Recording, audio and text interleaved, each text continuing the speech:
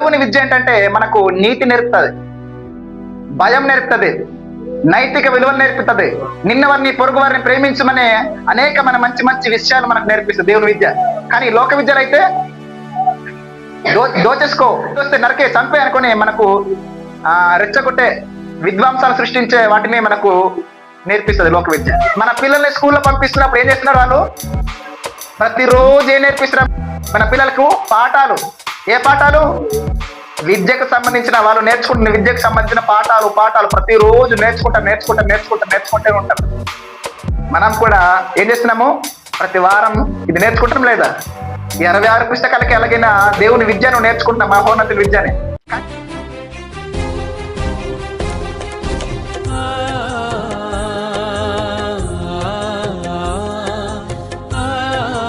మొట్టమొదటిగా పరలోకమందున్న దేవునికి, ఆయన ప్రియ కుమారుడు, మన అందరికి ప్రభువు రక్షకుడైన యేసుక్రీస్తు నామములో దేవాది దేవునికి కృతజ్ఞత స్తుతులు స్తోత్రాలు చెల్లిస్తూ, ఈ ఆరాధనకు వచ్చిన చిన్నలు పెద్దలు సంఘస్థులైన మీ అందరికి కూడా దేవుని కుమారుడైన యేసుక్రీస్తు నామములో వందనములు, శుభములు తెలియజేస్తున్నాను. అందరు బాగున్నారండి?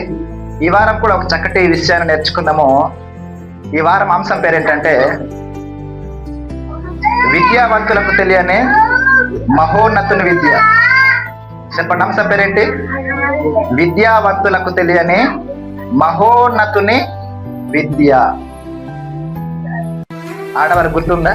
వింటున్నారా? విద్యావంతులకు తెలియని మహోన్నతుని విద్య అంటే విద్య అంటే ఏంటి చెప్పండి? విద్య అంటే ఏంటమ్మా? విద్య లేనివాడు వింత పశువు అంటుంటారు కదా. విద్య అంటే ఏంటి? విద్య అంటే ఏంటో చెప్తా చూడండి. నేను గూగుల్లో కొట్టాను విద్య అంటే ఏంటి, దానికి కరెక్ట్ అర్థం ఏంటి అంటే గూగుల్లో ఏమని వచ్చిందంటే చూడండి, ఏమని వచ్చిందంటే విద్య అంటే జ్ఞానం అని అర్థం, శిక్షణ అని అర్థం, అలాగే అధ్యయనము అని, లేదంటే బోధన అని కూడా అర్థం వస్తుంది. ఇందులో ఏముంటాయంటే ఈ విద్యలో మనసు యొక్క సామర్థ్యాలను పెంపొందించడం, అలాగే నైపుణ్యాలను నేర్పించడం వంటివి ఉంటాయి. విద్య అంటే ఏంటి? నైపుణ్యాలు, అలాగే విలువలు, జ్ఞానము, నీతి వంటి వాటిని పొందే ప్రక్రియ విద్య అన్నమాట. ఈ విద్య అనే పదము తెలుగు పదం కాదు, సంస్కృత పదం నుండి వచ్చింది. విద్ అనే పదం నుండి విద్య అని వచ్చింది.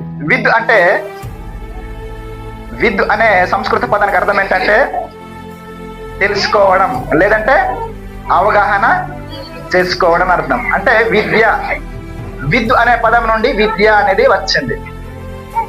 ఇంతకీ మనం ఏమనుకుంటామంటే విద్య అంటే ఒక్క చదువు మాత్రం అనుకుంటా. కాదు, విద్య అంటే తెలుసుకోని విషయాలు తెలుసుకోవడము, జ్ఞానము, బోధన, శిక్షణ, అవగాహన చేసుకోవడం, ఇటువంటివి వస్తాయి. అయితే ఈ ప్రపంచంలో ఎన్ని విద్యలు ఉన్నాయన్నారంటే ఒకటి కాదు, రెండు కాదు, సుమారుగా 1,000,000 విద్యలు ఉన్నాయంటండి. ఎన్ని విద్యలమ్మా? 1,000,000 విద్యలు ఉన్నాయంట. దేనికి? ఈ ప్రపంచంలో 1,000,000 విద్యలు ఉన్నాయంట మనిషి నేర్చుకోవడానికి. 1,000,000 విద్యలు అంటే ఇంకా మామూలు కాదు. ఇంకా ఆ 1,000,000 విద్యలన్నీ కూడా దేని కొరకంటే కూటి కొరకే. 1,000,000 విద్యలు ఉన్నాయి, అవన్నీ దేని కొరకు అంటే కూటి కొరకు, అంటే కడుపు నింపుకునే విద్యలు. మీరు విద్య అంటే చదువు మాత్రమే అనుకుంటే పొరపాటు. అది విద్య అంటే అది తెలుసుకోని విషయాలు తెలుసుకోవడం కూడా ఒక విద్యవే. వ్యవసాయానికి సంబంధించిన విద్యలు కూడా ఉన్నాయి. మనం వ్యవసాయం చేస్తున్నాం కదా, మన అందరం కూడా వ్యవసాయ కులమే కదా. కాబట్టి వ్యవసాయం చేసే విద్యలు కూడా ఉన్నాయి. వ్యవసాయం ఏ విధంగా చేస్తే పంటలు ఎక్కువగా వస్తాయి, అటువంటి సంబంధించిన విద్యలు కూడా ఉన్నాయి. మెకానిక్ సంబంధించిన విద్యలు ఉన్నాయి లేవా? ఇప్పుడు మా ఊర్లో మెకానిక్ ఉన్నారు.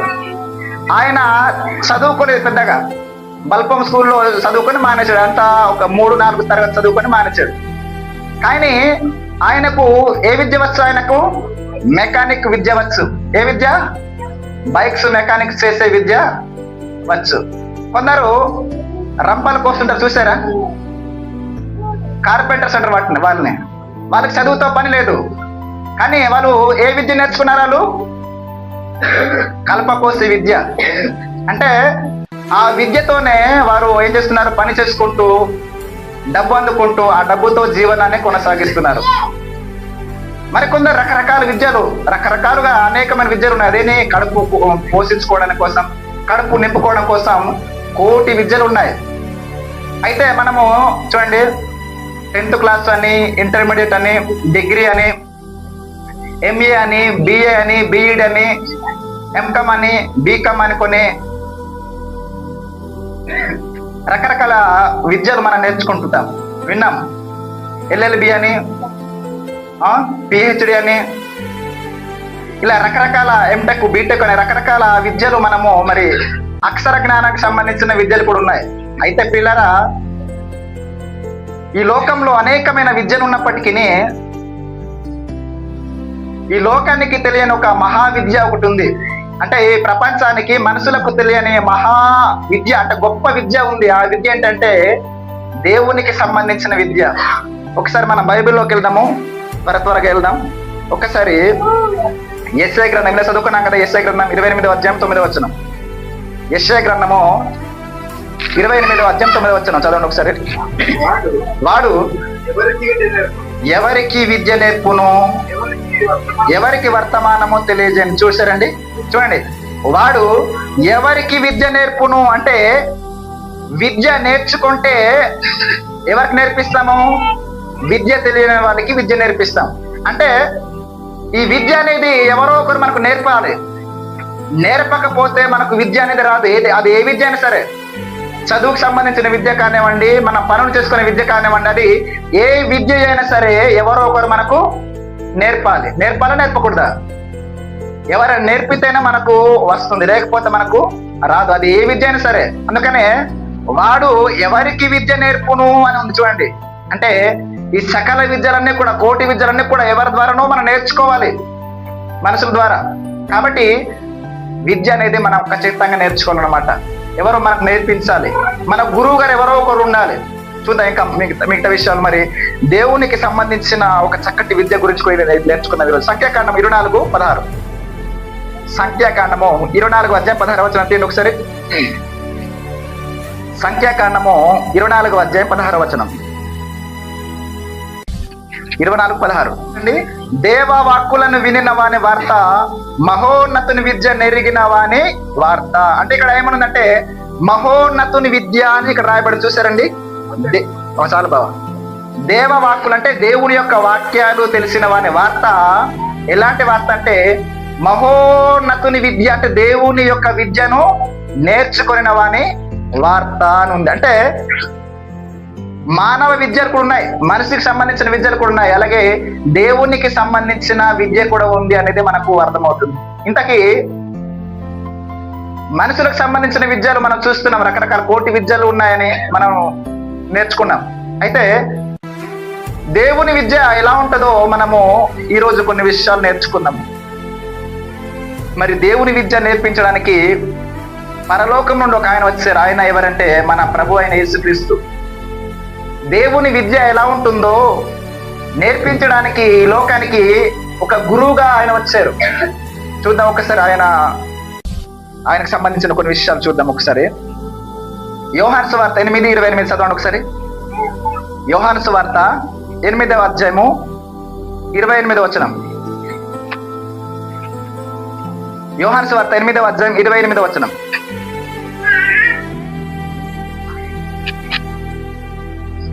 యోహాను సువార్త 8వ అధ్యాయం 28వ వచనం.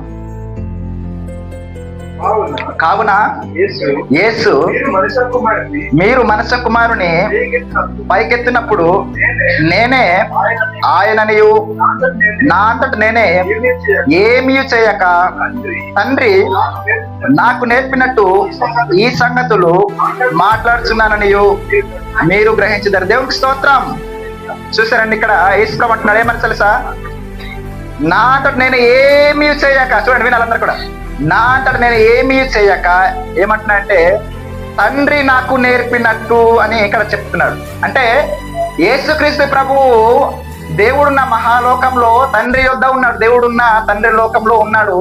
ఆ తండ్రి అయిన దేవుని యొద్ద ఏం నేర్చుకున్నాడంటే సకల విద్యను నేర్చుకున్నాడు. అంటే దేవుని విద్య నేర్చుకున్నాడు ఎవరు? యేసుక్రీస్తు ప్రభు. తండ్రి నేర్పించాడు ఎవరికి? ప్రభు అయిన యేసుక్రీస్తుకు విద్య నేర్పించి ఈ లోకానికి పంపించాడు తండ్రి. అందుకనే నేను ఏమీ చేయక తండ్రి వాళ్ళని నేర్చుకున్నవి నేను చెబుతున్నాను అని అంటున్నాడు. ఇంతకీ ఆయన వచ్చి ఏం బోధించాడంటే, ఈ లోకం అంటే ఈ సృష్టి పుట్టినది మొదలుకొని ఈ సృష్టి పుట్టక మునుపు కూడా కొన్ని విషయాలు, అనేకమైన విషయాలను తెలియజేయడం జరిగింది. అర్థమైందా? ఈ సృష్టి పుట్టక ముందు, అలాగే ఈ సృష్టి పుట్టిన తర్వాత ఏం జరిగిందో అనేకమైన విషయాలను, దేవుని విద్యను ప్రకటించడానికి ప్రభు అయిన యేసుక్రీస్తు వచ్చారు. అందుకని ఇక్కడ ఏమంటున్నాడంటే, తండ్రి నాకు నేర్పినట్టు అని. అంటే యేసుక్రీస్తు ఎవరి దగ్గర నేర్చుకున్నాడు అంటే తండ్రి యొద్ద నేర్చుకున్నాడు. నేర్చుకుని ఈ లోకంలో వచ్చి మనకు బోధించడం జరిగింది. అందుకనే వినాలందరూ కూడా పోలీసులను యేసుక్రీస్తు బ్రతుకున్న కాలంలో పోలీసులను పంపించేస్తారు. వెళ్ళేసి ఆ యేసుక్రీస్తును అరెస్ట్ చేసుకొని తీసుకొచ్చండి, ఆ యేసును పట్టుకొచ్చండి, మీరు జైల్లో వేసేద్దామన్నప్పుడు అక్కడ పోలీసులు వెళ్ళారండి. పోలీసులు, బంట్రాతులు అంటే పోలీసులు వెళ్ళి యేసుక్రీస్తు పలుకుతున్న మాటలు విన్నారు, బోధన విన్నారు. వినేసి వీళ్ళు యేసుక్రీస్తును అరెస్ట్ చేయకుండా వచ్చారు. అర్థమైందా? మీరు వెళ్ళేసి అరెస్ట్ చేసుకొని తీసుకొచ్చండి, ప్రజలను మార్చేస్తున్నాడు అనేసరికి వెళ్ళేసి యేసుక్రీస్తు మాటలు విన్నారు, అతన్ని అరెస్ట్ చేయకుండా వచ్చారు. చూడండి ఒకసారి యోహాను సువార్త 7వ అధ్యాయము 45వ వచనం. యోహాను సువార్త 7:45. బంట్రాతులు ప్రధాన యాజకుల యొద్దకును పరిసయ్యుల యొద్దకును వచ్చినప్పుడు వారు, ఎందుకు మీరు ఆయనను తీసుకుని రాలేదని అడగగా, ఆ బంట్రౌతులు, ఆ మనుషుడు మాట్లాడినట్లు ఎవడును ఎన్నడును మాట్లాడలేదనేది. అంటే యేసుని అరెస్ట్ చేసి తీసుకొచ్చండి అని చెప్పినప్పుడు పోలీసులు ఏమని చెప్పారంటే, ఆ మనుషుడు మాట్లాడినట్లు ఎవడును ఎన్నడను మాట్లాడలేదు అని చెప్పారండి. ఏమని? ఆ మనుషులు మాట్లాడినట్టు ఎవడును ఎన్నడను మాట్లాడలేదు అనుకుని ఆయనను అరెస్ట్ చేయకుండా మరలా చేతులు ముడుచుకొని వచ్చారు. అంటే యేసుక్రీస్తు నేర్చుకున్న విద్య మామూలు విద్య కాదు, లోక సంబంధమైన విద్య కాదు, అది పరలోక సంబంధమైనది, దేవుని విద్య. ఆ దేవుని సంగతులను బోధిస్తున్నప్పుడు అందరు కూడా మార్పు చెందారండి. ఎలాంటి వారు మార్పు చెందారంటే, దొంగలు మారారు, వ్యభిచారులు మారారు, నరహంతకులు మారారు. అనేక మంది చెడ్డ వారందరూ కూడా ఏమైపోయారంటే మారి మంచివారుగా బ్రతికారు. అటువంటి విద్యను నేర్చుకున్నాడు యేసు ప్రభు. మనం మాట్లాడితే దొంగలు మారరు, వ్యభిచారులు మారరు, కఠినులు అసలే మారరు. కానీ ప్రభు అయిన యేసుక్రీస్తు మాట్లాడిన మాటలకు ప్రతి ఒక్కరు వెంటనే ఒక క్షణంలోనే అలా మాటలు వినేసి అలా మారిపోయిన వాళ్ళు ఉన్నారు చాలా మంది. కానీ నేటి కాలం చూడండి, దైవ సేవకులు ఎంతమంది గొంతు చించుకొని అరుస్తున్న మార్పు అనేది సమాధానానికి రావట్లేదు. ఎవరో 100కి 1-2 మార్పు చెందుతున్నారు, లేదంటే ఆలోచిస్తున్నారు. కనుక పిల్లలు చూడండి, యేసుక్రీస్తును అరెస్ట్ చేయకుండా వచ్చారు పోలీసులు. ఎందుకు? ఆయన మాట్లాడినట్లు ఏ మనుషుడు కూడా మాట్లాడలేదు అనుకుని ఆయనను బేడీలు వేయకుండా అరెస్ట్ చేయకుండా మరలా తిరిగి వచ్చారు. ఎందుకు అరెస్ట్ చేయలేదంటే, ఆయన మాట్లాడినట్లు ఏ మనుషుడు కూడా మాట్లాడలేదు అన్న. అటువంటి గొప్ప గొప్ప మాటలను ప్రభు చెప్పడం జరిగింది. మరి ఆయన తండ్రి యొద్ద నేర్చుకున్నాడు కదా, అనేకమైన సంగతులు బోధించడం జరిగింది. ఇంతకు ఏ సంగతులు బోధించడు యేసుక్రీస్తు ఈ లోకానికి వచ్చి అంటే వినాలందరూ కూడా పరలోకం ఉంది అని చెప్పాడండి. వినాలందరూ కూడా పరలోకం ఉంది అని చెప్పారు యేసు ప్రభు. కానీ ఇప్పుడు అనేకమైన విద్యలు ఉన్నాయి, కోటి విద్యలు. పరలోకం గురించి ఏమైనా బోధిస్తున్నాయా? పరలోకం ఉంది, అదే దేవుడున్న మహాలోకము, ఈ లోకంలో అనేది కాదు, గొప్ప లోకం అని కొంచెం ఏ విద్య చెప్తుందా? ఎక్కడైనా కోటి విద్యలు ఏ విద్యను చెప్తుందంటే అసలు ఏ విద్య కూడా చెప్పట్లేదు. దేని గురించి చెప్తున్నాయంటే, ఇలా పని చేయాలి, అలా చేయాలి, ఇలా చేయాలి, అలా చేయాలి అనుకుని ఈ కడుపు నింపుకోవడానికి మాత్రమే విద్యలు అవి పనికొస్తున్నా. కానీ పరలోకం ఒకటి ఉంది, అది మహాలోకము, దేవుడున్న లోకం అనుకుని ఏ విద్య కూడా చెప్పలేదు. కానీ ఏ విద్య చెప్తుంది తెలుసా? ఇదిగో ఈ విద్య చెప్తుంది. అంటే ఇదొక టెక్స్ట్ బుక్ అనుకుంటే, ఇదొక పాఠ్య పుస్తకం అనుకుంటే ఇందులో దేవుని పాఠాలు ఉన్నాయి. అవన్నీ కూడా యేసుక్రీస్తు ఈ లోకానికి వచ్చి మాట్లాడిన మాటలు ఉన్నాయి. అంటే పరలోకం ఉంది అనే విద్యను నేర్పించేది ఏంటంటే ఇదిగో బైబిల్ ఒక్కటే, యేసుక్రీస్తు బోధ ఒక్కటే. అందుకని ఆయన పరలోకం గురించి చెప్పడం జరిగింది. అలాగే ఇంకో విషయం ఏం చెప్పాడంటే పరలోకంలో దేవుడు ఉన్నాడు అని. నేటి కాలంలో చూడండి, దేవుడు ఉన్నాడు అని అన్నారు. ఎవరు? సృష్టి తనంతట అదే తయారైపోయింది, సృష్టి తనంతట అదే పుట్టిందని చెబుతున్నారు తప్ప అసలు దేవుడు అని ఆయన ఒకరు ఉన్నారు, ఆయన మనకు తండ్రి అని బోధిస్తున్నారా?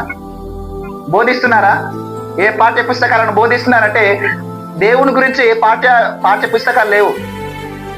దేవుని గురించి పాఠ్య పుస్తకాలు ఉన్నవన్నీ కూడా తీశారు.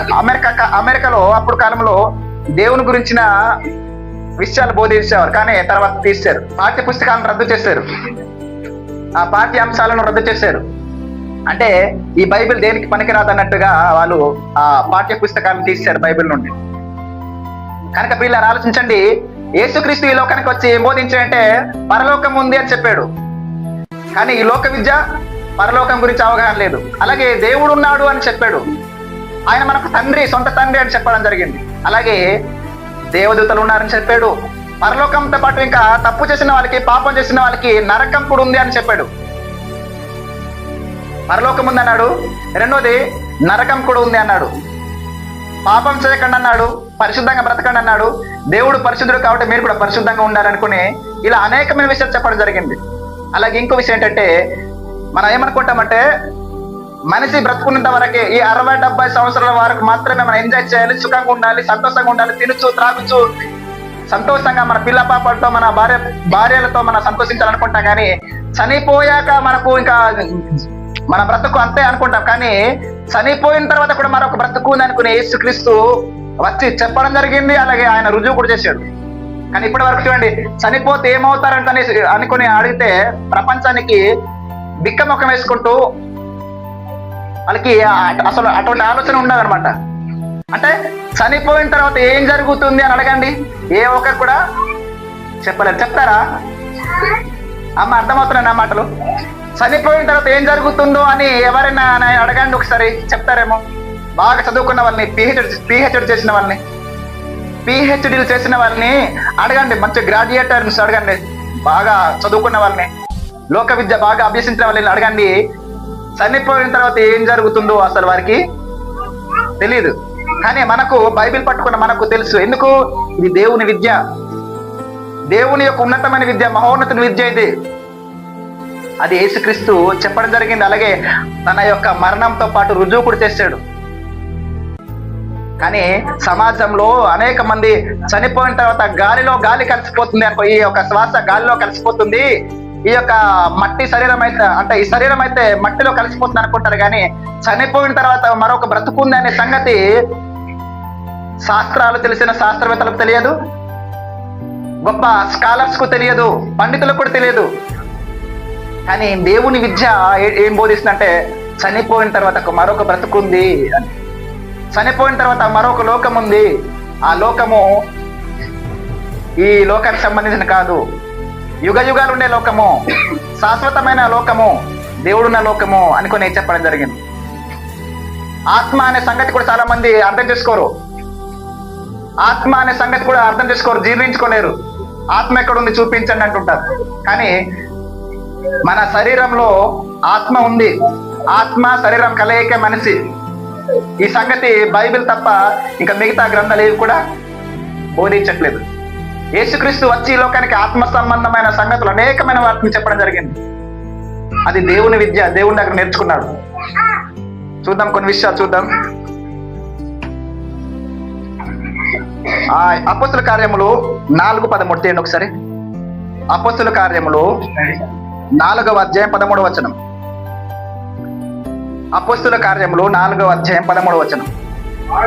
వారు పేతురు యోహానుల ధైర్యమును చూచినప్పుడు వారు విద్య లేని పామరులని గ్రహించి ఆశ్చర్యపడి వారు యేసుతో కూడా ఉండిన వారని గుర్తెరిగిరి. దేవునికి స్తోత్రం. వినండి, ఇక్కడ యేసుక్రీస్తు చనిపోయి పరలోకానికి వెళ్ళిపోయాడు తండ్రి యొద్ద. యేసుక్రీస్తు చనిపోయి పరలోకానికి వెళ్ళిపోయాడు. వారికి సువార్త భారాన్ని అప్పగించి వెళ్ళిపోయాడు. మీరు సర్వలోకానికి వెళ్ళి సర్వ సృష్టికి సువార్తను ప్రకటించండి అన్నాడు. వీళ్ళు సువార్తను ప్రకటిస్తున్నారు. ప్రకటిస్తుంటే బాగా చదువుకున్న వాళ్ళు ఎవరిని, పేతురుని, యోహాన్ని చూస్తూ ఏమంటున్నారంటే ఆశ్చర్యపోతున్నారు. వీళ్ళు ఇదేంటి, వీళ్ళు విద్య లేని పామరులు, వీళ్ళు విద్య లేని సామాన్యులు, వీళ్ళు మనమైతే బాగా చదువుకున్న వాళ్ళం, విద్యావంతులము, మనకు అన్ని విద్య తెలుసు, వీళ్ళకి విద్య అసలు తెలియదు కదా, వీళ్ళు సామాన్యులు కదా, వీళ్ళు ఎలా మాట్లాడుతున్నారని ఆశ్చర్యపోతున్నారు.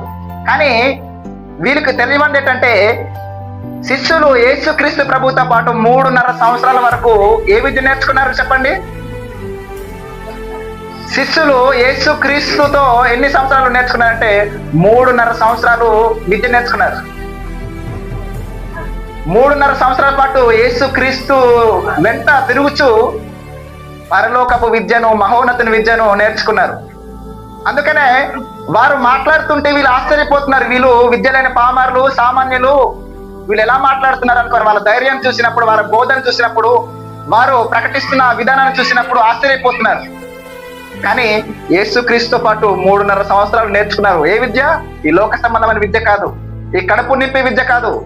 మరొక లోకం ఉంది, పరలోకం, దేవుడు ఉన్నాడు, దేవదూతలు ఉన్నారు, చనిపోతే మరొక బ్రతుకుందని కొన్ని వీళ్ళు నేర్చుకున్నారు. అనేకమైన విద్య, అనేకమైన మంచి విషయాలు, నీతితో కూడినవి, భక్తితో కూడినవి, ఆ విద్య నేర్చుకున్నారు. కానీ వీళ్ళు ఏమనుకుంటారంటే మిగతా వాళ్ళు వీళ్ళు విద్య లేని వారు అనుకుంటున్నారు. కానీ ఈ లోక విద్యను దేవుడు ఏమన్నాడు చూద్దాం ఒకసారి చూద్దాం. కొరింథీ మొదటి పత్రిక 1వ అధ్యాయము 20-21 వచనాలు. కొరింథీ మొదటి పత్రిక 1వ అధ్యాయం 1:20-21. కొరింథీ మొదటి పత్రిక 1వ అధ్యాయము 20-21. జ్ఞాని ఏమయ్యను, శాస్త్రి ఏమయ్యను, ఈ లోకపు తర్కవాది ఏమయ్యను, ఈ లోక జ్ఞానమును దేవుడు వెర్రితనంగా చేసి ఉన్నాడు కదా. దేవునికి స్తోత్రం.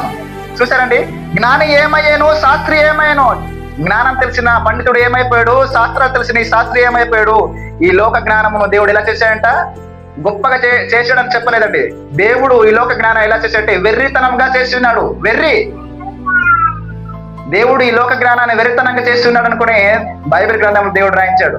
కానీ ఈ లోక జ్ఞానమే గొప్పది గొప్పది గొప్పది అనుకుంటున్నారు. కానీ దేవుని జ్ఞానము ఎంత గొప్పదో గ్రహించలేకపోతున్నారు. దేవుని జ్ఞానాన్ని వెర్రితనంగా అనుకుంటున్నారు. మన సువార్త ప్రకటిస్తుంది, వీరు వెర్రివారు, పిచ్చేవారు అనుకుంటున్నారు. కానీ మనం ఎంత జ్ఞానవంతులో వాళ్ళకి అర్థం కావట్లేదు. సమాజానికి తెలియదు క్రైస్తవుని విలువ.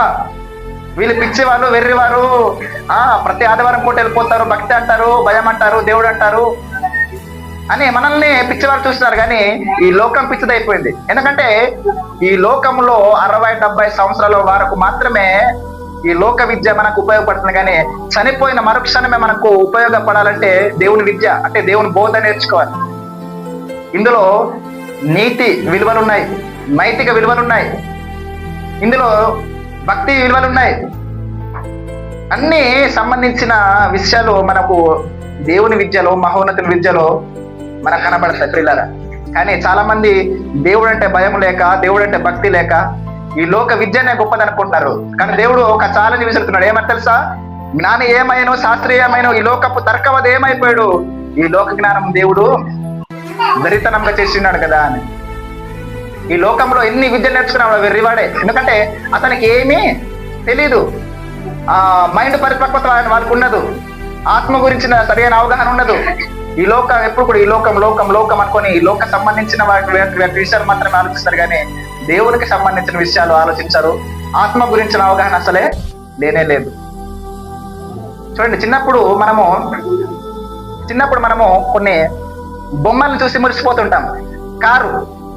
చిన్నప్పుడు కారు బొమ్మను చూసి అదే నిజమైన కారు అనుకుంటాం. చిన్నప్పుడు ఆ బైకును చూసి అదే బైక్ అనుకుంటాం. మనం చిన్నప్పుడు ఎన్నో వస్తువులు చూస్తాము, ఆడుకునే వస్తువులు, వాటినే నిజం అనుకుని ఆడుకుంటాం. కానీ పెద్దవాళ్ళకు చూపించండి, అది వాటితో ఆడుకుంటాడమ్మా. పెద్దవాడ యొక్క కార్తో అలా ఆడుకుంటున్నాడు అనుకోండి, మనం ఏమనుకుంటాం, ఈయనకి పిచ్చి పట్టింది అనుకుంటాం, పిచ్చి బాగా ముదిరింది అనుకుంటాం. అంటే చిన్నప్పుడు ఎలాంటి ఆట వస్తువులనైతే గొప్పగా భావిస్తుంటాం చిన్నప్పుడు, కానీ పెద్ద వాటిని పట్టించుకోము. ఇప్పుడు ఈ లోక జ్ఞానులు ఎలాంటి వారంటే చిన్న పిల్లలు లాంటి వారు అనమాట. చిన్న పిల్లల మనస్తత్వం, వాళ్ళకి ఏం తెలియదు. కానీ మనం ఎలాంటి వారు అంటే పెద్దవాళ్ళం. అంటే మన జ్ఞానంలో పరిపక్వత ఉంది. ఆత్మ అంటే ఏంటో తెలుసు, ఈ శరీరం అంటే ఏంటో తెలుసు, మన ఈ లోకానికి ఎందుకు పుట్టామో తెలుసు, మరలా చనిపోయి ఎక్కడికి వెళ్ళాలో తెలుసు, దేవుడు అంటే ఎవరో మనకు తెలుసు, కనిపించిన 2 మహాలోకాలు ఏంటి ఎక్కడ ఉన్నాయో మనకు తెలుసు. ఇవన్నీ కూడా మనకు తెలుసు. కానీ లోకంలో ఉన్న వారికి ఇవేవి కూడా తెలియదు. చూసారా, దేవుని విద్యకినా లోక విద్యకి ఎంత తేడా ఉందో. ఈ లోక విద్య నేర్చుకున్నవాడు నరహంతకులుగా మారిపోతున్నారు. నరహంతకులు మారుతున్నారు లేదా? బాగా చదువుకుంటున్న వారు ఏం చేస్తున్నారు తెలుసా? దొంగలుగా మారిపోయి హత్య చేస్తున్నారు. ఉద్యోగాలు లేక ఏం చేస్తున్నారంటే నరకేసుకుంటున్నారు, చంపేసుకుంటున్నారు, బాంబులు దాడి చేసుకుంటున్నారు. కానీ దేవుని విద్య ఏంటంటే మనకు నీతి నేర్పుతుంది, భయం నేర్పుతుంది, నైతిక విలువలు నేర్పుతుంది, నిన్న వారిని పొరుగు వారిని ప్రేమించమనే అనేక మంచి మంచి విషయాలు మనకు నేర్పిస్తుంది దేవుని విద్య. కానీ లోక విద్యలో అయితే దోచేసుకో, అడ్డొస్తే నరకే, చంపే అనుకుని మనకు రెచ్చగొట్టే విద్వాంసాలు సృష్టించే వాటిని మనకు నేర్పిస్తుంది లోక విద్య. అందుకే అది వెర్రి అన్నాడు. అది వెర్రి జ్ఞానం, లోక జ్ఞానం వెర్రిది అన్నాడు. కానీ దైవ జ్ఞానము, దైవ విద్య అది మహోన్నత విద్య. ఇంకా కొన్ని మాటలు చూద్దాం ఒకసారి. అందుకని యేసుక్రీస్తు ప్రభు శిష్యులకు ఒక బాధ్యత అప్పగించాడు. శిష్యులకు కాదు, మనకందరికి కూడా. మార్క్స్ వార్త 16:16. మార్క్స్ వార్త 16:16. మార్క్స్ వార్త 16:16. మార్క్స్ వార్త 16:16. మార్క్స్ వార్త 16:16. 15 చదవండి బా. 15. మరియు మీరు సర్వలోకమునకు వెళ్ళి సర్వ సృష్టికి సువార్తను ప్రకటించుడు. చూడండి, వినాలి అందరు కూడా. అంటే శిష్యులకు ఆజ్ఞాపిస్తున్నాడు. ఏమంటున్నాడంటే మరియు మీరు సర్వలోకమునకు వెళ్ళి సర్వ సృష్టికి సువార్తను ప్రకటించుడి అంటున్నాడు. అంటే సర్వలోకానికి సువార్తను ప్రకటించాలి. సువార్త అంటే ఆసామాసి కాదండి. సువార్త అంటే దేవుని విద్య, దేవుని జ్ఞానము, దేవుని శక్తి. ఈ సువార్తలు ఏమున్నాయంటే దేవుని శక్తి, దేవుని విద్య, దేవుని జ్ఞానము అన్నీ ఉన్నాయి. భక్తి భావాలతో కూడినవన్నీ ఉన్నాయి. అందుకనే అనేక మంది ప్రకటించండి అన్నాడు. అనేక మంది ప్రకటించండి, వెళ్ళి సర్వలోకానికి వెళ్ళి సర్వ సృష్టికి సువార్తను ప్రకటించండి అన్నాడు. ఒకవేళ ఈ విద్య నేర్చుకోకపోతే చాలా నష్టం, చాలా నష్టం. దేవుడు ఎవరు తెలియకుండా మరణిస్తే, పాపం విడిచిపెట్టకుండా మరణిస్తే ఆరని అగ్నిలోనికి వెళ్ళేసి మలమల్ల మాడి ప్రతిదినము చావు లేని లోకంలో చస్తూ బ్రతకాలి. చావు ఉండదు కానీ చచ్చినట్టుగా బ్రతకాలి మనం ఆ నిత్యాగ్ని గుండానికి. కనుక మీరు ఇదిగో ప్రమాదం పొంచి ఉంది, వెళ్ళేసి సువార్తను ప్రకటించండి అన్నాడు. దేవుని విద్యను ప్రకటించండి అన్నాడు. అంటే సువార్త అంటే ఏటో కాదండి, దేవుని విద్య, దేవునికి సంబంధించిన విద్య, మహోన్నతుని విద్య, అది ప్రకటించండి అన్నాడు. చూడండి, నేటి కాలంలో చూడండి, మనము మన పిల్లల్ని స్కూల్లో పంపిస్తున్నప్పుడు ఏం చేస్తున్నారు వాళ్ళు? ప్రతిరోజు మన పిల్లలకు పాఠాలు. ఏ పాఠాలు? విద్యకు సంబంధించిన, వాళ్ళు నేర్చుకుంటున్న విద్యకు సంబంధించిన పాఠాలు ప్రతిరోజు నేర్చుకుంటూ ఉంటారు. మనం కూడా ఏం చేస్తున్నాము? ప్రతి వారం ఇది నేర్చుకుంటాం లేదా? 26 పుస్తకాలకి ఎలాగైనా దేవుని విద్యను నేర్చుకుంటున్నాం, మహోన్నత విద్యని. కానీ ఈ విద్య నేర్చుకుంటున్నాం కానీ ప్రతి వారము మనలో ఏం లేదనమాట. వింటున్నాము, విడిచిపెట్టేస్తున్నా. కానీ ఈ చాలా నైతిక విలువలు కలిగినవి, చాలా భక్తి భావంతో కూడినవి. మనం జస్ట్ ఆదివారం పూట వచ్చేసి అలా వినేసి మర్చిపోవడం కాదు, వాటిని పాటించాలి. ఈ విద్య గొప్పదనం ఏంటంటే వాటిని పాటిస్తే మనము మానవత్వం కలిగి ఉంటాము, దైవత్వం కలిగి ఉంటాం. చాలా మంది లోకంలో అనేకమైన విద్యలు నేర్చుకుని పిచ్చివారు అయిపోతారు తెలుసా అండి. అధికంగా విద్య నేర్చుకుంటే వారు పిచ్చివారు అయిపోతారు, మెంటల్ అయిపోతారు. ఎక్కువగా ఈ బుర్రలో లేనిపోవడం అన్ని కూడా ఎక్కించుకుంటే పిచ్చివాళ్ళు అయిపోతాం. కానీ ఇదిగో మన ఈ బుర్రలో ఈ 66 పుస్తకాలు కలిగిన దేవుని జ్ఞానాన్ని, దేవుని విద్యను నేర్చుకుంటేనండి మనం గొప్ప స్థితిలోనికి వెళ్తాం. దేవుడు గొప్ప స్థితిలోనికి మనల్ని తీసుకెళ్తాడు. కనుక ఆజ్ఞాపించిన యేసు ఏమని? మీరు సర్వలోకానికి వెళ్ళి సర్వ సృష్టికి సువార్తను ప్రకటించండి అని. ఇది దేవుని జ్ఞానం, ఇది దేవుని విద్య. ఇది కొరింథీ మొదటి పత్రిక 15వ అధ్యాయము 35 నుంచి 38 వరకు చదువుకుందాం ఒకసారి. కొరింథీ మొదటి పత్రిక 15వ అధ్యాయము కొరింథీ మొదటి పత్రిక 15వ అధ్యాయం 35 నుంచి 38 వరకు. కొరింథీ మొదటి పత్రిక 15వ అధ్యాయము 35 నుంచి 38 వరకు. అయితే మృతులు ఎలాగు లేతురు, వారెట్టి శరీరంతో వత్తురని ఒకడు అడుగును. అవివేకి, నీ విత్తినది సచ్చితేనే గాని బ్రతికింపబడదు కదా.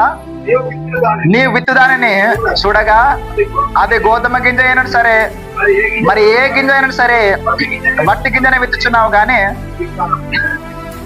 పుట్టబో శరీరమును విత్తుటలేదు. అయితే దేవుడే తన చిత్త ప్రకారము నీవు విత్తిన దానికి శరీరము ఇచ్చును, మరియు ప్రతి విత్తనమునకు దాని శరీరము ఇచ్చుచున్నాడు. దేవుని స్తోత్రం. వినాలందరూ కూడా. పౌలు గారు సువార్త ప్రకటిస్తున్నప్పుడు, వినాలందరూ కూడా కొద్ది నిమిషాలే. పౌలు గారు సువార్త ప్రకటిస్తున్నప్పుడు మృతుల పునరుత్థానం గురించి చెప్పాడు. అంటే చనిపోయిన తర్వాత మరొక బ్రతుకు ఉంది, మనిషికి మరణమే ముగింపు కాదు, చనిపోయిన తర్వాత మరొక బ్రతుకు అని చెప్పినప్పుడు ఏమంటారు తెలుసా అండి? మృతులు చనిపోయిన వారు ఎలా లేస్తారయ్యా అని ఎవరు అడుగుతున్నారంటే, ఈ లోక విద్యను నేర్చుకున్న వాళ్ళందరూ అడుగుతున్నారు. ఎలా లేస్తారు, ఎలా లేస్తారు? మనము చచ్చిపోతున్నారు చాలా మంది కదా, ఎలా లేస్తున్నారు? నువ్వు చెప్పేదంతా కూడా కొంచెం విడ్డూరంగా ఉంది, చాలా అమాయకత్వంగా బోధిస్తూ ఎలా లేస్తారు చనిపోయిన వాళ్ళని చెప్తున్నప్పుడు ఏమంటారు తెలుసా? ఓ అవివేక్ అంటాడు. ఎవరు? పౌలు గారు. ఈయన దేవుని జ్ఞానం నేర్చుకున్నవాడు, దేవుని విద్య నెరిగినవాడు, బాగా తెలిసినవాడు. ఏమంటాడు తెలుసా? ఓ అవివేకి అంటే, ఓ తెలివి తక్కువ దద్దమ్మా, నీ విత్తే గింజను చూడు, అది ఏ గింజను సరే వట్టి గింజను విత్తుచున్నా గానీ పుట్టబోయే శరీరాన్ని అయితే నువ్వు విత్తట్లే కదా.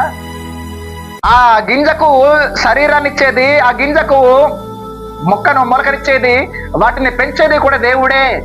ఎలాగైతే గింజకు ఒక శరీరాన్ని ఇస్తున్నాడో, మొక్కనిస్తున్నాడో, చనిపోయిన మనకు కూడా దేవుడు శరీరాన్ని ఇస్తాడు. అది ఏ శరీరం? అది అక్షయమైన శరీరం, నాశనమయ్యే శరీరం కాదు, మహిమ గల శరీరం.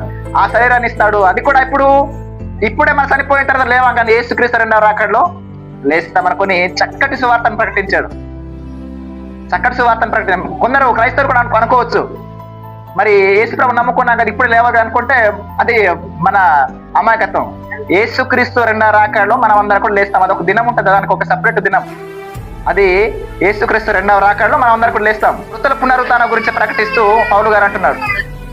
అంటే మనం కూడా ఏమనుకుంటామంటే, గింజలు కానీ విత్తనాలు కానీ వేసినప్పుడు అది ఎలా మొలుస్తుందో మనకు చెప్పలేము, కానీ వాటిని అన్నిటికీ కూడా మొలకలను రప్పిస్తూ, మొలకలను తెప్పిస్తూ, వాటికి మొక్కల్ని ఇస్తూ, వాటికి శరీరాన్ని ఇస్తున్నాడని దేవుడే వాటికి అన్ని కూడా ఇస్తున్నాడు అనుకొని మనము ఈ యొక్క దైవ జ్ఞానంలో, దైవ విద్యలో మనం నేర్చుకుంటున్నాం.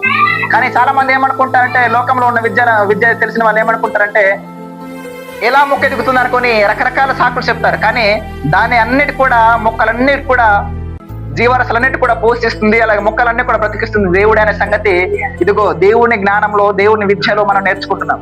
కానీ ఈ విద్యను కనుమరుగు చేసి చాలా మంది కోటి విద్యలు కూటి కొరకు అనుకొని ఈ కూటికి సంబంధించిన వాటిని మాత్రమే నేర్పిస్తున్నారు. కోటి విద్యలు కూటి కొరకు మారిపోయి చివరికి ఎలా మారిపోయిందంటే, ఈ కూటి అంటే కడుపే దేవుడుగా మారిపోయింది. అందుకనే బైబిల్ గ్రంథంలో కూడా ఉంటుంది ఒక మాట, ఏమని? వారి కడుపే వారి దేవుడు అని ఉంటుంది. ఏమని ఉంటుందండి? వారి కడుపే వారి దేవుడు అని ఉంటుంది. అంటే కడుపునే దేవునిగా పూజిస్తున్నారు, కడుపుని దేవునిగా ఆరాధిస్తున్నారు. కానీ ఈ కడుపును నింపే ఆహారాన్ని ఇస్తున్న దేవుని మాత్రం మర్చిపోయారు. అలాగే బైబిల్ గ్రంథంలో దేవుని యొక్క విద్యను చక్కగా మనకు బోధిస్తున్న ఆ విద్యను పట్టించుకోవడం లేదు. ఇప్పుడు ఎలా మారిపోయిందంటే కాలాలు, ఇప్పుడు ఎలా మారిపోయిందంటే, ఇక్కడ మన రికార్డింగ్ డ్యాన్స్ పెట్టామనుకోండి, ఇక్కడ ఈ ఊర్లో మాత్రమే కాదు పక్క ఊర్లో వాళ్ళందరూ వస్తారు. ఇక్కడ సినిమా వేసామనుకోండి, లోక సంబంధమైన సినిమా, అందరూ వస్తారు. కానీ మీటింగ్స్ ఏర్పాటు చేసామనుకోండి, రాదు. అంటే దేవుని విద్య నేర్చుకోవడానికి ఎవరికి కూడా ఇష్టము లేదు.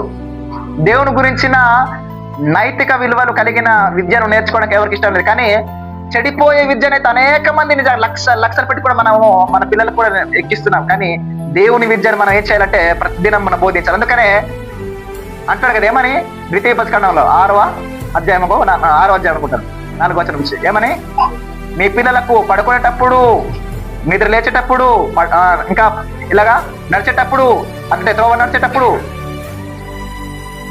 ప్రతి విషయంలో కూడా మాట్లాడుకోండి, నేర్పించండి అనేకమైన విషయాలు చెప్పడం జరిగింది. కానీ మనకు ఏం నేర్పిస్తుంది ఇప్పుడు ప్రస్తుతానికి? మన దగ్గర మొబైల్ ఉంటుంది, ఆ మొబైల్ ఇచ్చేస్తాము, మన పనులు చేసుకుంటాం. మొబైల్ అనేక మనం చూస్తున్నారు. ఈ మధ్య తెలుసు కదా, మొబైల్ పిచ్చి వచ్చి ఏం చేస్తున్నారు, భర్తలను నరకేస్తున్నారు. వింటున్నారమ్మా? మొబైల్ పిచ్చి పట్టి ఎవరెవరినో ఫోన్ చేస్తున్నారు, చివరికి భర్తలనే చంపేస్తున్నారు. బేడర జరిగింది, అలాగే ఈ మధ్య వరుస కూడా జరిగిందని మీరు ఉదయం విన్నా. కాబట్టి ఆలోచించండి, ఇది మొబైల్ టెక్నాలజీ వచ్చింది, ఇది ఏ విద్య? ఇది లోక విద్య, వెర్రి విద్య. ఈ వెర్రిని మనము గొప్ప అనుకుంటున్నా కానీ దేవుని విద్య నేర్చుకుంటేనండి దేవునిలా బ్రతుకుతాం. అంటే దేవుడు ఎలాగైతే బ్రతుకుతాడో, పరిశుద్ధుడిగా బ్రతుకుతాడో ఆ విధంగా మనం బ్రతుకుతాం. కాబట్టి ప్రియులారా, ఈ లోకంలో ఎన్ని విద్యలను ఉండొచ్చు, అది కానీ శరీరాన్ని పోషించుకోవడానికి మాత్రమే. అలానే విద్య నేర్చుకోకూడదని నేను చెప్పడం లేదు, కానీ దేవుని విద్య కూడా మనం నేర్చుకోవాలని చెప్తున్నాను. ఈ లోకంలో అనేకమైన విద్యలు కలుషితం చేస్తున్నాయి, మమ్మల్ని పాడు చేస్తున్నా కానీ దేవుని విద్య మనల్ని బ్రతికిస్తుంది. అలాగే నిత్య జీవం ఉందని ఒకటి మనకు బోధిస్తుంది. అంటే లోక విద్యకు నా దేవుని విద్యకి ఎలా ఉందంటే, దేవుని విద్య ఆకాశం పైన ఉంటే ఈ లోక విద్య భూమి క్రింద ఉన్నట్టుగా ఉందన్నమాట. కనుక ఈ లోక విద్యలతో పాటు మనం ఏం నేర్చుకోవాలంటే దేవుని విద్య కూడా నేర్చుకోవాలి. ఈ లోకంలో బ్రతకడానికి మన విద్యలు నేర్చుకోవడం తప్పలేదు, కానీ దానితో పాటు దేవుని విద్య లేదంటే మనము శూన్యం, మనము ఇంకా మనకి ఏ లేనట్టు, సరుకు లేనట్టు. కనుక మనం ప్రతిరోజు నేర్చుకోవాలి దేవుని యొక్క జ్ఞానాన్ని. అలాగే మరి కూటాల ద్వారా కూడా నేర్చుకోవాలి, కూటాల్లో మరి నేర్చుకోవాలి, ఆదివారం ఆరాధన నేర్చుకోవాలి. మనకు సెల్ ఉంటే మొబైల్స్ ద్వారా కూడా అనేకమైన మెసేజ్లు వస్తున్నాయి, అవి కూడా నేర్చుకోవాలి. కానీ మనకేంటంటే రకరకాలు అన్ని కూడా చెత్త అంతా కూడా మన మైండ్లో పేరుకుపోతుంది. కనుక దేవుని విద్యను నేర్చుకోలేకపోతున్నాం. దేవుడు అంటే ఎవరో చెప్పలేకపోతున్నాము, దేవుడు కుమారుడు ఎవరో తెలియక బ్రతుకుతున్నాము, మహాలోకాలు గురించి మనకు తెలియక బ్రతుకుతున్నాం. కాబట్టి ప్రతి వారం నేర్చుకుందాం. ప్రతి వారం మనం నేర్చుకుందాము, మన యొక్క భక్తిని కాపాడుకుందాము. నేటి కాలంలో చూస్తుంటే నిజంగానే ఏ క్షణంలో ఏమైపోతుందో తెలియదు, ఏ కుటుంబంలో ఏం సంభవిస్తుందో మనకు తెలియదు. అటువంటి పరిస్థితులు మనం బ్రతుకుతున్నాం. కాబట్టి మనం అందరూ కూడా భయము భక్తి కలిగి మరి మహోన్నతుని విద్యను నేర్చుకోవాలని మరి కోరుకుంటున్నాను. కాబట్టి ఈరోజు మీరు విన్న అంశం ఏంటంటే, విద్యావంతులకు తెలియని మహోన్నతుని విద్య. అంటే ఈ మహోన్నతుని విద్య విద్యావంతులు అని చెప్పుకునే వారికి కూడా తెలుసా? తెలియదు. కాబట్టి దేవుడు లేడంటున్నారు, సృష్టి దేవుడు చేసింది కాదంటున్నారు, ఆత్మ లేదంటున్నారు, చనిపోతే మరొక బ్రతుకుందని చెప్పట్లేదు. తెలిసి ఉంటే ఇవన్నీ కూడా చేసేవాళ్ళు, కానీ వీరికి తెలియదు. ఈ లోక సంబంధమైన విద్యలు మాత్రమే వారికి తెలుసు, కానీ ఈ లోకంలో 60-70 సంవత్సరాల విద్యలు మాత్రమే తెలుసు, కానీ చనిపోయిన తర్వాత మరొక బ్రతుకుందని విద్య వారికి చాలా మందికి తెలియదు. అదే ప్రకటించారు అపోస్తలులు, అదే మనం ప్రకటిస్తున్నారు నేటి కాలంలో కూడా. కాబట్టి ప్రియులారా, మనం ప్రకటిస్తున్న మనల్ని పిచ్చేవాళ్ళంటున్నారు, వెర్రి వాళ్ళు అంటున్నారు. కాబట్టి మనం అందరం కూడా దేవుని విద్యను ఎరిగిన వారం. కాబట్టి దేవుని విద్యను మనం ప్రకటిస్తూ ఉండాలని, మరి మనందరం కూడా మహోన్నతుని విద్యను ఎల్లప్పుడూ నేర్చుకుంటూ దేవుడున్న లోకాన్ని మనం చేరుకోవాలని మనసారా కోరుకుంటూ ఈ మాటను ముగిస్తున్నాను. మీ అందరికీ యేసుక్రీస్తు నామములో వందనాములు.